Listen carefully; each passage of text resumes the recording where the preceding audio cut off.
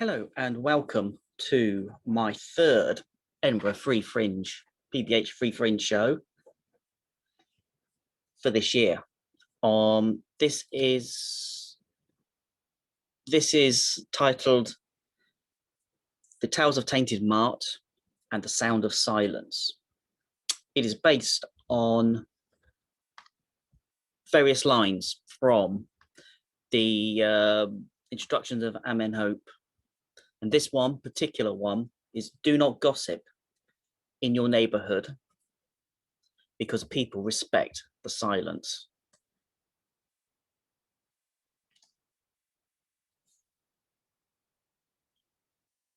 The town of the artisans, that service, the temples and official projects of the pharaoh, was a busy place. Artisans going about their business, creating beautiful works of art. All were happy in their work for the service of the pharaoh, apart from one, Baba. He was a little upset generally because he wasn't one of the artisans. He wished he was, but he lacked the skill, the finesse.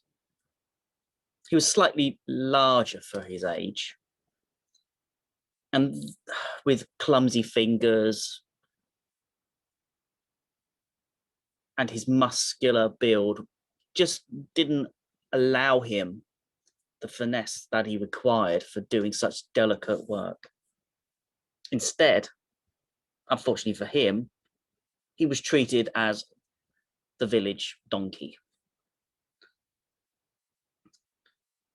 employed to carry and pull and shove things for other people. On the plus side, this did give him access to a variety of different situations that he would probably not have been exposed to if he was just purely an artisan. He also got to see things and, most importantly, hear things that perhaps he shouldn't really have been privy to, for he was unnoticeable by most people going about their daily lives. So he pretended to blend into the background, and people would forget he's there. Over the years, this access presented a problem for many of the villagers, more specifically for Baba himself. Because while he overheard such interesting tidbits, he didn't have the sense to keep silent. He would hear and then repeat at the most unopportune time something he'd heard somebody else say. This got him a reputation for being a bit of a gossip. And over the time, people began to become more wary of him and noticeable that if he was around, to keep their mouth firmly shut for fear that it would be spread throughout the whole village in a very short space of time. But Baba didn't really notice this. He probably didn't even care. It was all perfectly innocent conversations. If he overheard, sure, he was going to repeat some of it. They didn't obviously say this was private, so it was mainly their fault that such things got out. On this particular day, however, Baba was slightly more irritated than normal. After the misunderstanding that occurred last week, he'd been given the task of carrying some really heavy sacks from one side of the town to the other.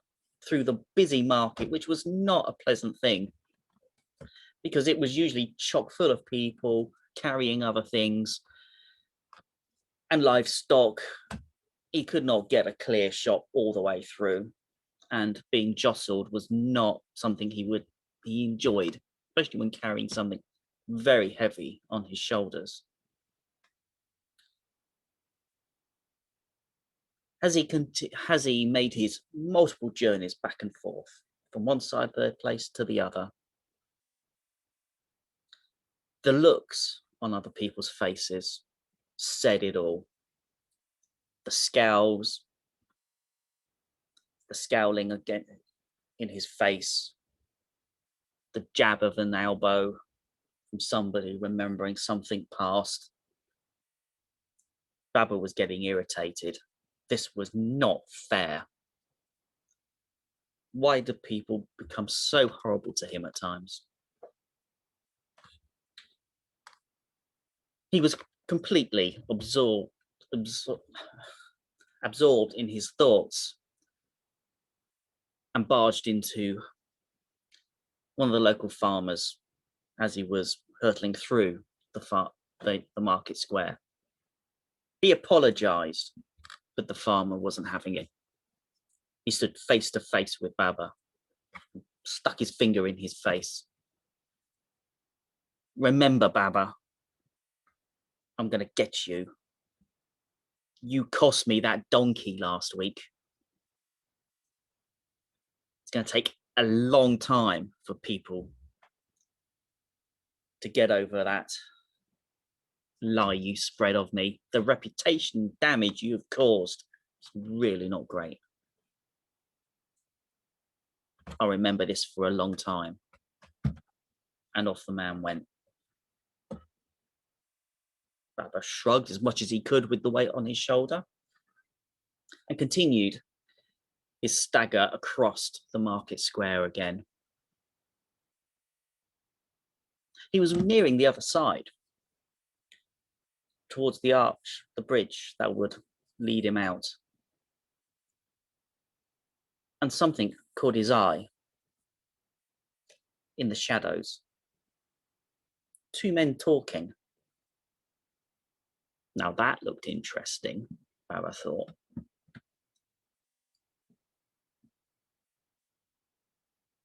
He veered slightly towards the couple, curious at what they were talking about, especially as they were trying to make themselves inconspicuous with the hubbub of the market square. As he got closer, he could hear them speaking. He recognized one. It was Osiris R, the undertaker, the embalmer. Who was this he was talking to? The man had his back to him. And Baba, trying to be very inconspicuous from overhearing, slowed down his walk further.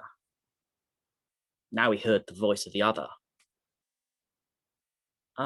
He recognized it was Heru, one of the artisans here. What was that he just said? Where is the piece of gold that it was paid for? Now that's interesting. Baba went around the side of one of the stalls and plonked down his sack with quite a sigh. He had been lugging them all week, and crept towards the two men, trying to remain hidden from both them and from anyone else who may be watching to see what Baba was up to. So what was this? Let's listen again, he says to himself. Cyrus R, his voice seemed very agitated. Yes, Haru, I completely understand. I will get you the objects as soon as I can. But it's a delicate process.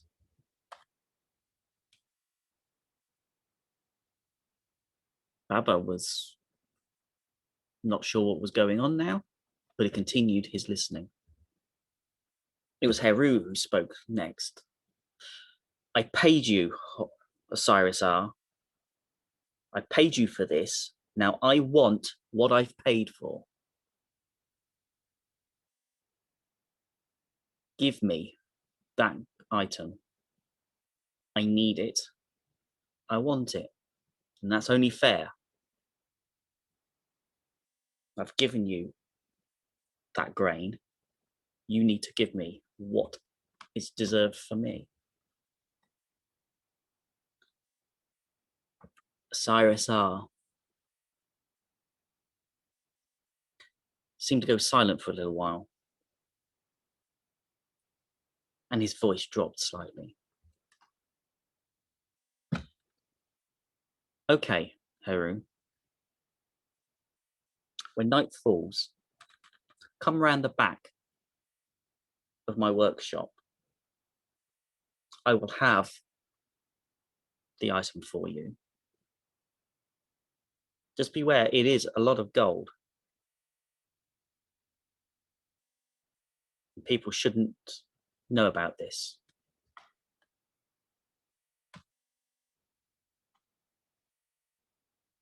Baba, his mouth opened wide, his jaw dropped. What is this? What are they talking about? No, surely it couldn't be what I think. Perhaps it is.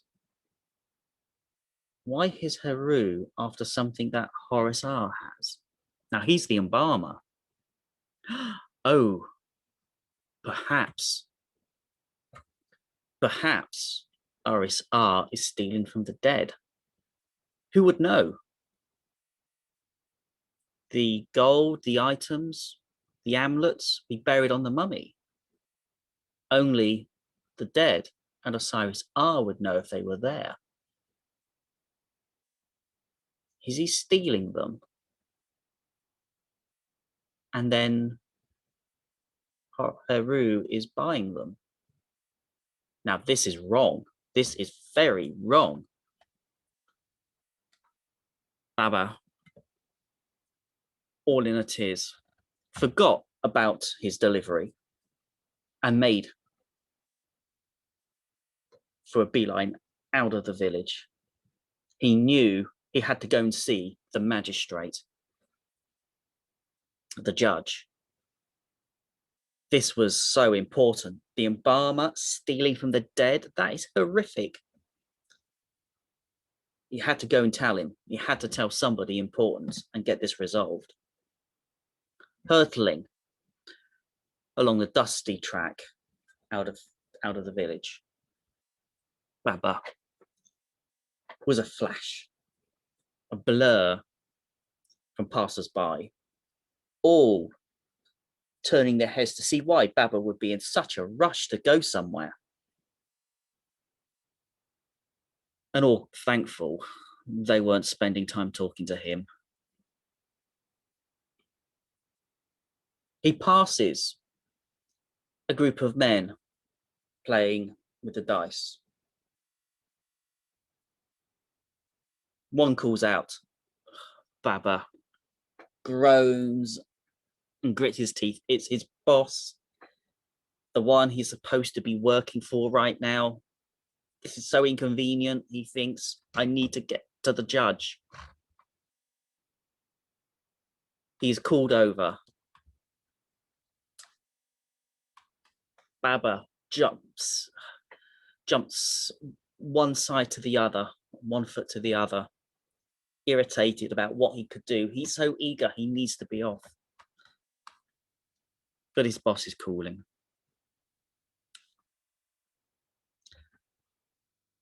Baba waves. Later. I need to go to the judge.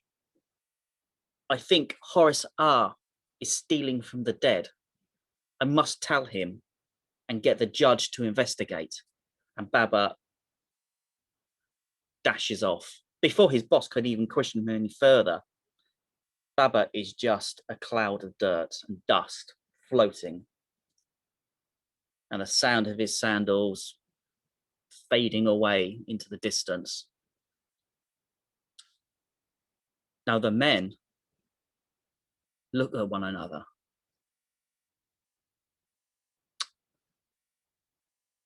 They stroke their chins, eye each other carefully. All is silent. It's clear what everyone is thinking. But the boss, Ababa's boss, the foreman of the architects, he reaches for one of his walking sticks that he uses to ensure people are working.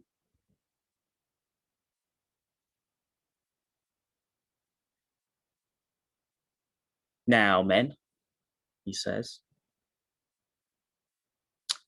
I know Baba can exaggerate, but this is a serious accusation. Surely he cannot be wrong this time. Perhaps we should go and pay Horace R. a visit before the judge intervenes.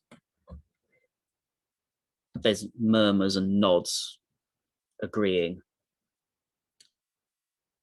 and each of them, grabbing a nearby tool, head off en masse to the home and workshop of Horace R.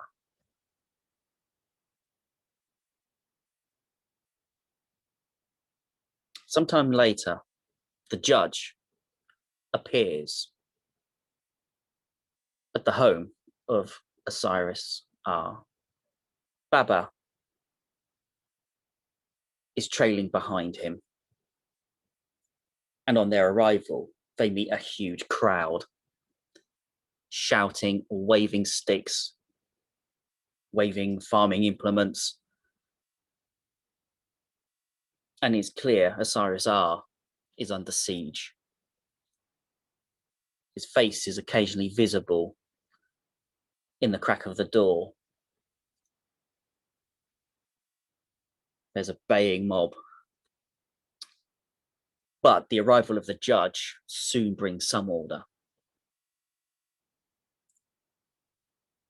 And they part their way to allow him, out of the respect and reverence to an august official of the royalty, of the pharaoh, to approach.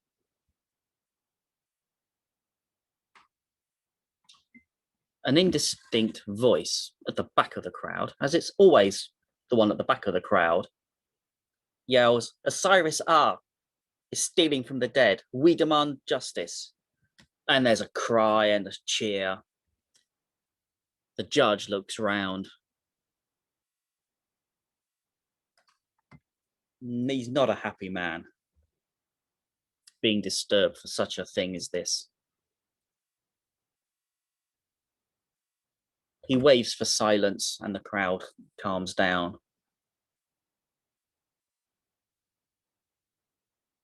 Where did you hear of this accusation? There's some shuffling of feet and murmurs. And another one, again, at the back of the crowd, as it always is, yells, Baba said. And then everybody repeats and points at Baba, who is sheepishly standing behind the judge, trying to hide the best he can. But he's a huge man, tooled and muscular. He cannot hide behind the judge. The judge turns and gives him a sour look. Grumbling, he approaches the door of Oris Ha'ar's home and workshop. Osiris R, he says, let me in. Let us speak for this accusation. An agitated voice, clearly audible to everybody, replies, "I will allow you in, Judge. This mob are intent on killing me. I want your word that they will not harm me." And the judge agrees. The judge disappears into the darkness and the door is shut. Everybody is milling around, again, casting looks between the house and Baba.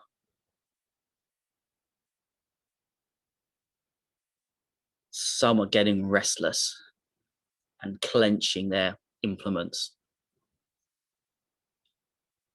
Baba senses, for his own safety, that things are going to turn nasty shortly.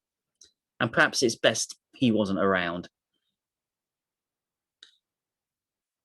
So he slinks off the best way he can, which isn't inconspicuous, back home.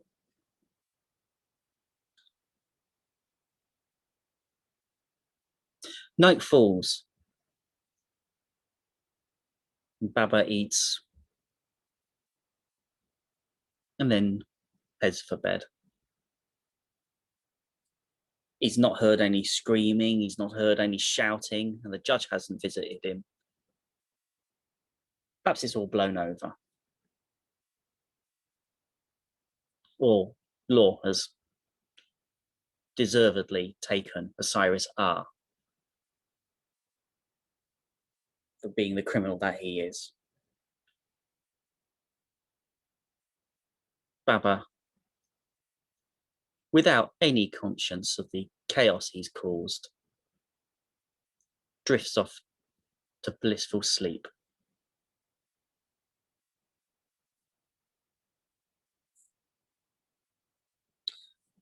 Baba wakes.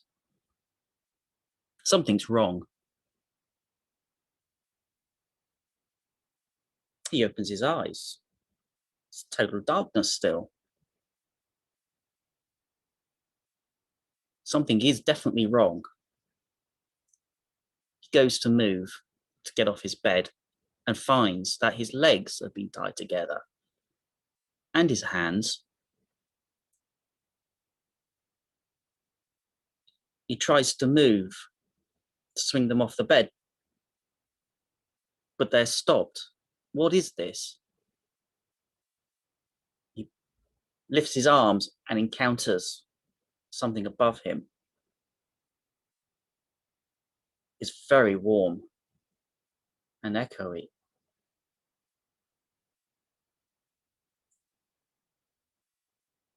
Wriggling slightly, he realizes he's in a box of some kind. What is this? This is not right. He definitely didn't go to bed in a box last night. As he moves his head to look around, which is still total darkness, there's a pain in his back of his head. Something's wrong. He hammers on the wood that's above him. Let me out, let me out, he bellows. Then there's some thumps from outside. He stops and hears laughing. Who's out there? Is this a joke on poor Baba? Let me out, I say.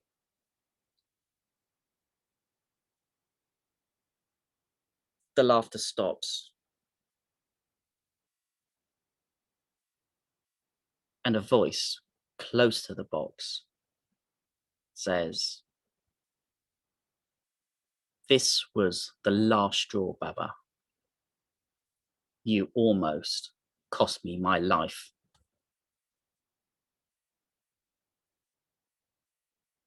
Who is that? Baba says. Don't you remember? Don't you recognize my voice? Baba now realizes it's the voice of Osiris R.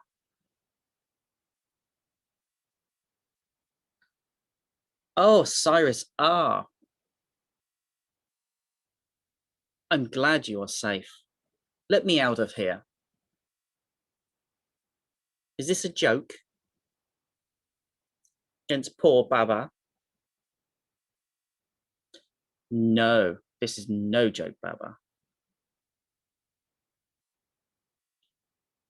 From what the judge told me last night, you overheard a conversation that was perfectly innocent. Heru had paid for some work. I had it commissioned from outside the village. It was a while coming. I was not stealing from the dead. That is abhorrent, as you very well know. And had the judge not arrived, the mob would have killed me. No, no, Baba. This is time for you to pay this time.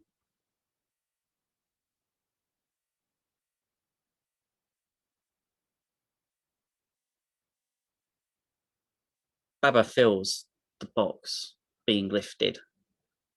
It jostles him from side to side.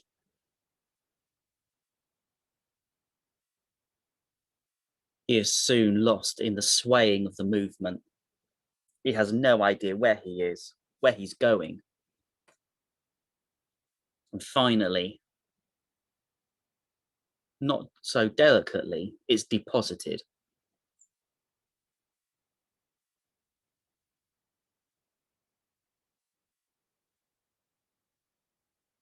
And there's silence.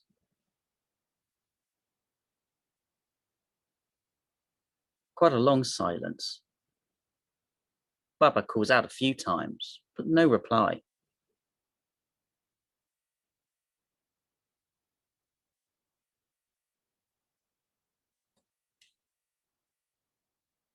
The time goes past. He's hungry. But no one's answering. And he cannot break out.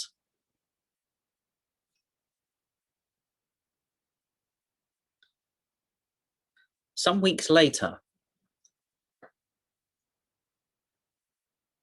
a caravan of raw materials approaches the village.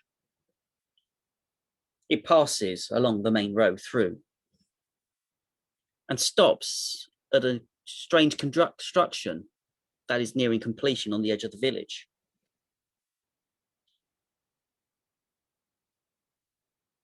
The lead driver of the cart brings a halt and shouts across to the nearest person, who seems to be holding some papyrus and a stick.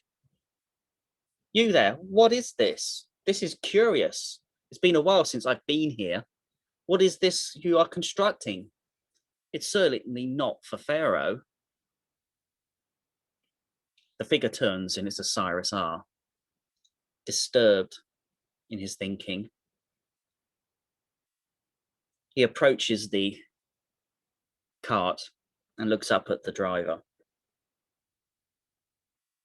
Oh, this.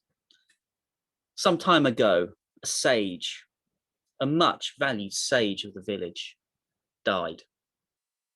And we are constructing a temple, a shrine to this person. They were forever listening to our pains, our secrets. And now we are preserving them, and a place for people to come to share their secret and know it will never be shared with anyone.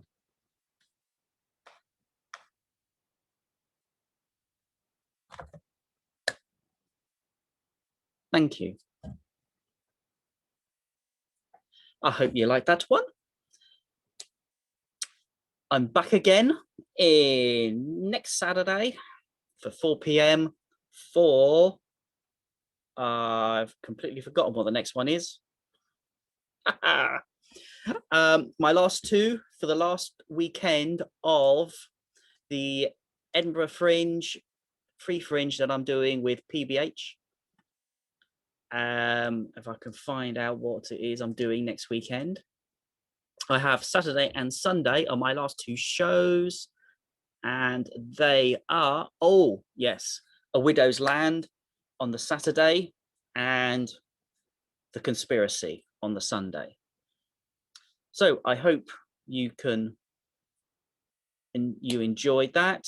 I will hopefully I'll sling this on YouTube for those that missed it, and hopefully see you again soon. Bye bye.